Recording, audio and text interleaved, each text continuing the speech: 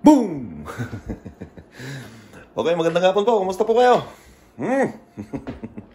Okay, so ito, yan.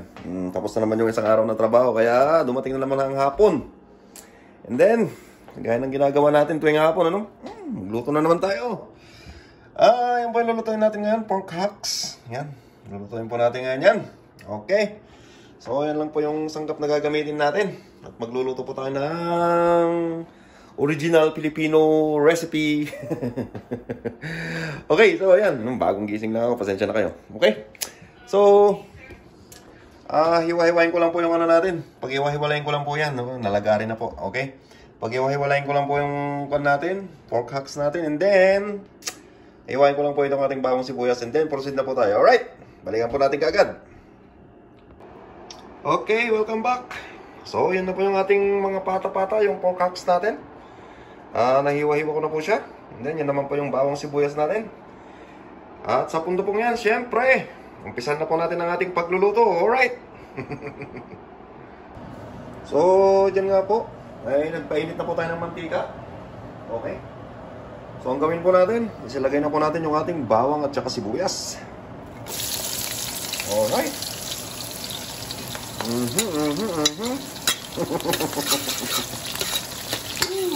Baby. Halo-halo lang po natin at antayin lamang po natin na mag-isa ang ating bawang at sibuyas. Okay? Sabihin po natin ngayon. Balikan po natin pag nagisa na po yung ating bawang at sibuyas. At syempre po, pagkatapos pong magisa ng ating bawang at sibuyas, lagay na po natin yung ating pata. Yan. Yung ating pork hocks. Alright. Lagay na po natin siya dyan.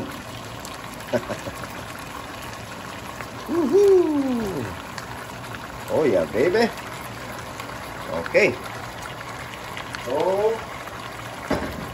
pagkatapos po natin mailagay ang ating mga pork hocks, lagay na po tayo ng bay leaves.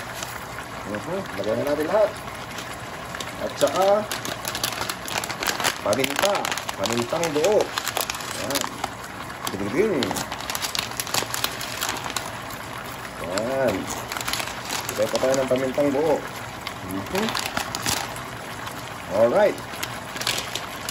Tapos kung natin ilagay ang ating paminta, siyempre, halo-haloin po muna natin.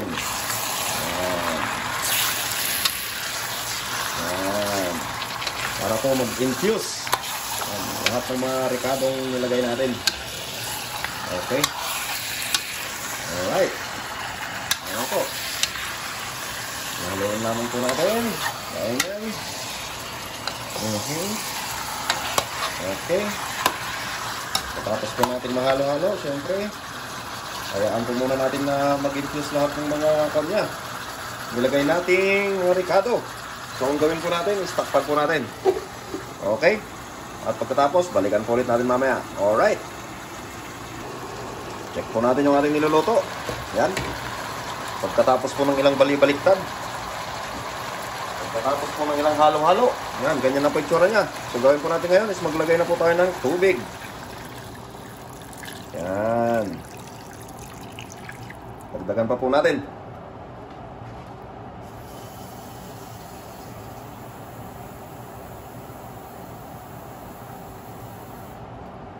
Okay. Lagay po tayo ng tubig yan. Yan. Tapos, gawin po natin. Takpan po ulit natin hanggang hayaan lang po natin na kumulo ng kumulo hanggang sa lumambot. Okay. At balikan po ulit natin mamaya. At check po natin kung malambot na po yung ating karne. Alright. Balikan po ulit natin mamaya. Okay. Check po natin yung niluluto natin. Oh my goodness. Oh my goodness.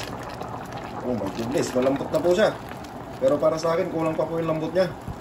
Gusto ko po yung nagdihiwalay na yung laman niya sa buto. Tapos kapag kinagat mo po yung ano niya, yung taba niya, natutunaw. Yan, natutunaw sa bibig. Ganun po kalambot yung gusto ko. Malambot na malambot na malambot. So, simmer pa po natin. At hayaan pa po natin lumambot ng lumambot. Okay? Yan. My goodness gracious. Oh my goodness. Okay po. Yan po muna natin dyan. At pakuluan po natin ng pakuluan. Okay. Whoop. Okay. Check po natin yung niluluto natin. Yun.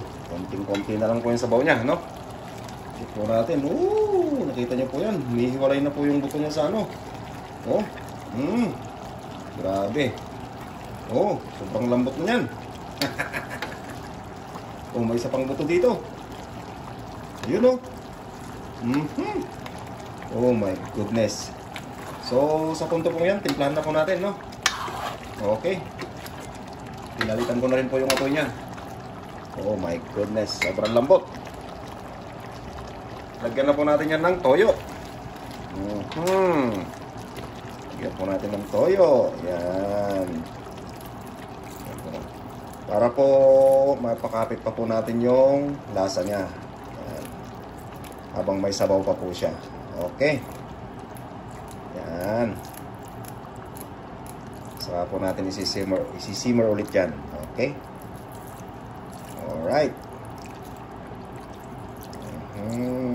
Dagdagan po natin ng ating toyo para po hindi po siya maging anemic. Yan. Pagkatapos po nating malagyan ng toyo, siyempre, lagyan naman po natin yan ng suka.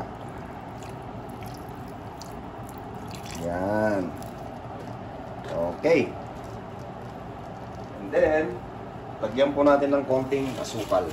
Yan. Huwag po nating dadamihan yung asukal. Konting-konti lang po.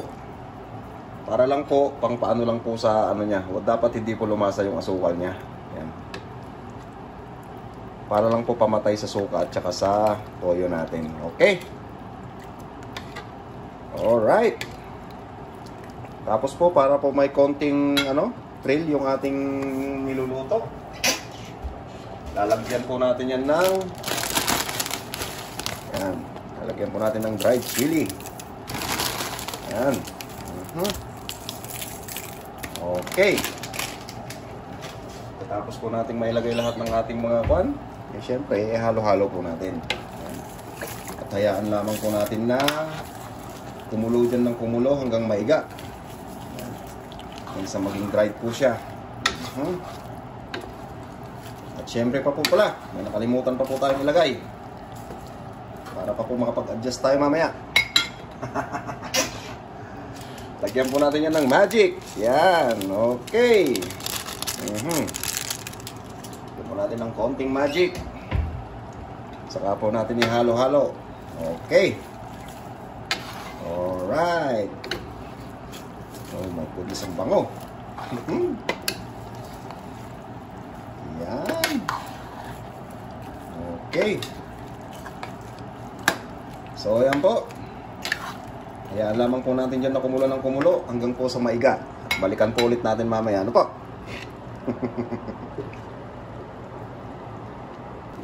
Alright, check po natin yung niluluto natin. Yun!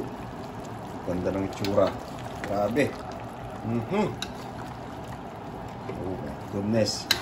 Halo-halo lamang po natin paminsan-minsan para po magpatas po yung even po yung pagkakakuan ng lasa niya. Ayan. Para po may pakapit natin mabuti yung ating toyo at suka. Ayan. Oh my goodness. Okay, so para po sa akin is masyado pa pong yung sabaw niya. Papalaputin lamang ko ng konti, no? Palaputin lamang po natin ng konti yan. Hindi ko po yan itutuyo kasi po masarap yung sabaw niyan, lalo na pag sa lalo na pag lalagay mo sa kaning lamig. Okay, so balikan po natin mamaya. Alright. Alright, so last check po tayo. Okay. So yan na po yung niluluto natin, no?